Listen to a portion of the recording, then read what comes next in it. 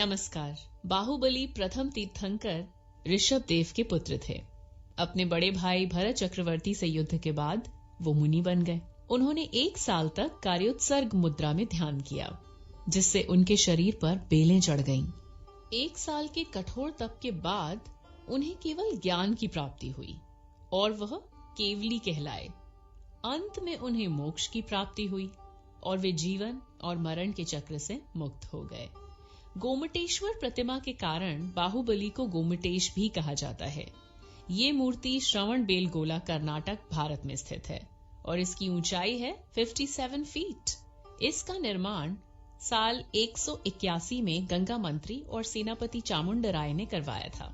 ये विश्व की चंद स्वतः रूप से खड़ी प्रतिमाओं में से एक है। बाहुबली का जन्म ऋषभदेव और सुनंदा के यहाँ इक्ष्वाकु कुल में अयोध्या नगरी में हुआ था। उन्होंने चिकित्सा, तीरंदाजी, पुष्प कृषि और रत्न शास्त्र में महारत प्राप्त की। उनके पुत्र का नाम सोमकीर्ति था, जिन्हें महाबल भी कहा जाता है। जैन ग्रंथों के अनुसार जब ऋषभदेव ने संन्यास लेने का निश्चय किया, तब उन्होंने अपना राज्य अपने 100 पुत्रों में बांट दिया। भरत को विनीता यानी कि अयोध्या का राज्य मिला और बाहुबली को अमसक का, जिसकी राजधानी पोदनपुर थी। भरत चक्रवर्ती एक बार युद्ध जीतकर अयोध्या लौटे, तब उनका चक्र रत्न नगरी के द्वार पर रुक गया, जिसका कारण उन्होंने पुरोहित से पूछा। पुरोहित ने बताया कि अभी आपके भाइयों ने आपकी अधीनता स्वीकारी नहीं है। भरत चक्रवर्ती ने अपने सभी 99 भाइयों के यहाँ दूत भेजे। 98 भाइयों ने अपना राज्य भारत को दे दिया और जैन दीक्षा लेकर जैन मुनि बन गए। बाहुबली के यहाँ जब दूत ने भरत चक्रवर्ती की अधीनता स्वीकारने का संदेश सुनाया, तब बाहुबली को क्रोध आ गया। उन्होंने भरत चक्रवर्ती के दूत को कहा कि भरत युद्ध के लिए तैयार हो जाए। सैनिक युद्ध न हो, इसके लिए मंत्रियों ने 3 युद्ध सुझाए, जो भरत और बाहुबली के बीच हुए। ये थे दृष्टि युद्ध, जल युद्ध और मल युद्ध। तीनों युद्धों में बाहुबली की विजय हुई। इस युद्ध के बाद बाहुबली को वैराग्य हो गया और वे सर्वस्व त्याग कर दिगंबर मुनि बन गए। उन्होंने 1 साल तक बिना हिले खड़े रहकर कठोर तपस्या की। इस दौरान उनके शरीर पर बेलें लिपट गईं। चींटियों और आंधियों से घिरे होने पर भी उन्होंने अपना ध्यान भंग नहीं किया और बिना कुछ खाए पिए अपनी तपस्या जारी रखी। बाहुबली भगवान वो है, बाहुबली भगवान वो है, बाहुबली भगवान। 1 वर्ष के पश्चात भरत उनके पास आए और उन्हें नमन किया। इससे बाहुबली के मन में अपने बड़े भाई को नीचा दिखाने की ग्लानि समाप्त हो गई और तब उन्हें केवल ज्ञान की प्राप्ति हुई और वो इस अर्ध चक्र के प्रथम केवली बन गए। इसके बाद उन्हें मोक्ष की प्राप्ति हुई।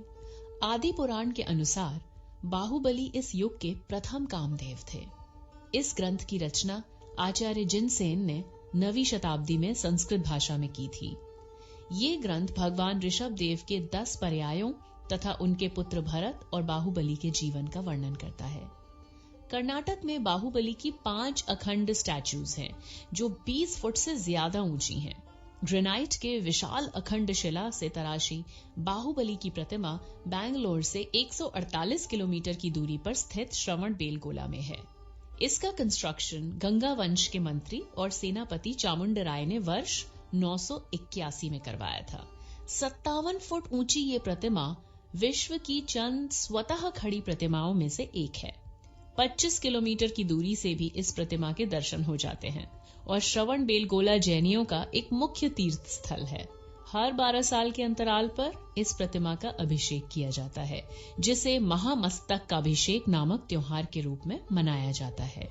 करकला अपनी 1432 में बनी बाहुबली की 42 फुट ऊंची अखंड प्रतिमा के लिए जाना जाता है। ये राज्य की दूसरी सबसे ऊंची प्रतिमा है, जो एक पर्वत की चोटी पर स्थित है। बाहुबली भगवान वो है, बाहुबली भगवान वो है, बाहुबली भगवान।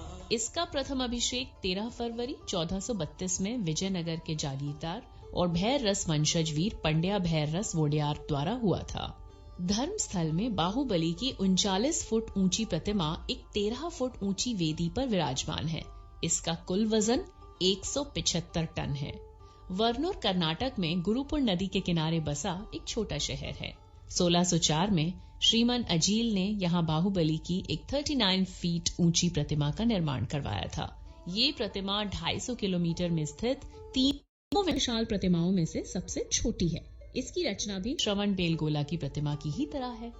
अजिला वंश ने यहाँ 1154 से 1786 तक राज किया था। गोमटगिरी एक प्रसिद्ध जैन तीर्थ है। और ये थी बाहुबली के मंदिर की पूरी कहानी।